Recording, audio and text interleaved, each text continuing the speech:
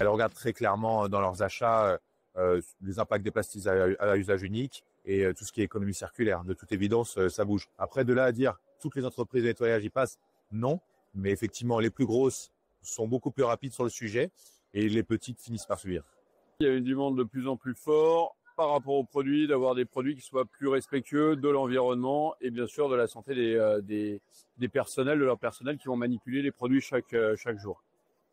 Il y a des demandes à la fois pour nos clients, donc entreprises de propreté qui ont un devoir de reporter aussi leurs engagements, et puis aussi d'avoir des partenaires qui permettent à leurs clients aussi, ou à nos clients finaux qu'on va appeler, de pouvoir faire ce reporting. Donc oui, la loi AGEC a un véritable impact. On a des équipes qui sont dédiées, qui sont là pour présenter nos solutions. Pédagogie, l'accompagnement terrain, être proche des utilisateurs.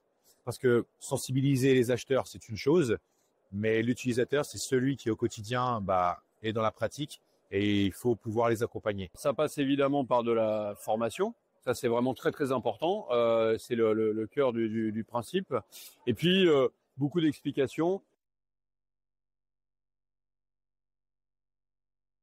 Il faut changer, c'est plus les habitudes en fin de compte d'avoir un pulvérisateur, on va l'utiliser, on va le jeter après.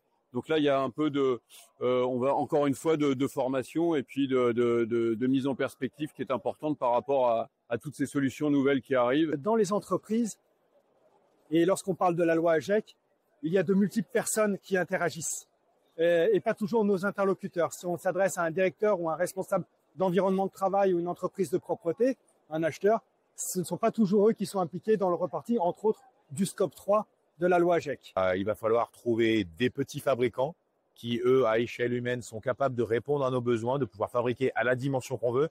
C'est un peu le revers de la médaille, c'est-à-dire qu'on a des gros industriels qui fonctionnent très bien, très vite et qui sont trop rapides, mais par contre qui sont incapables de pivoter. Donc du coup, ça permet aussi de faire vivre aussi des petits artisans, des petites entreprises qui sont capables de répondre, ne serait-ce que sur du packaging, de pouvoir fabriquer des packagings qui soient beaucoup plus réduits, retirer de l'eau d'un produit. Des grandes entreprises refusent de le faire, donc on s'intéresse aux petites entreprises. Donc oui, c'est ouvrir un petit peu le champ des possibles avec des petites entreprises qui sont capables d'avoir vraiment une réactivité.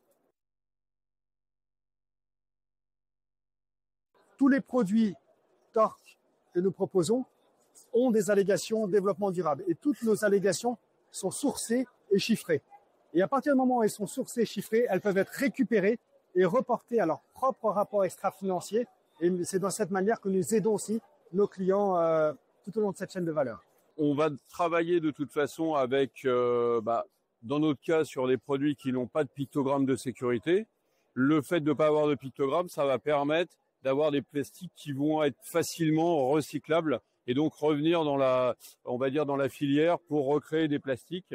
Et puis on passe aussi sur maintenant sur, on va dire, nos gros bidons de produits très concentrés sont aussi maintenant disponibles à partir de plastiques recyclés. Les solutions qu'on propose, ça va être des solutions qui vont être inspirées du vivant. Donc par exemple, de l'eau ozonée, stabilisée ou pas stabilisée, c'est au choix, c'est une option.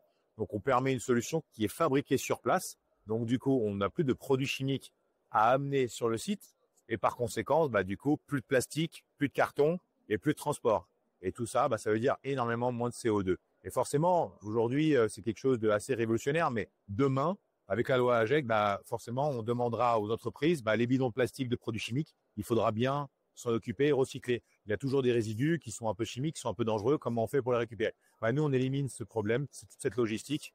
On installe une centrale qui permet aux clients d'utiliser son eau ozonée pour le nettoyage au quotidien. On ne s'arrête pas là. On propose aussi des disques pour auto-laveuses qui sont faits à partir de déchets.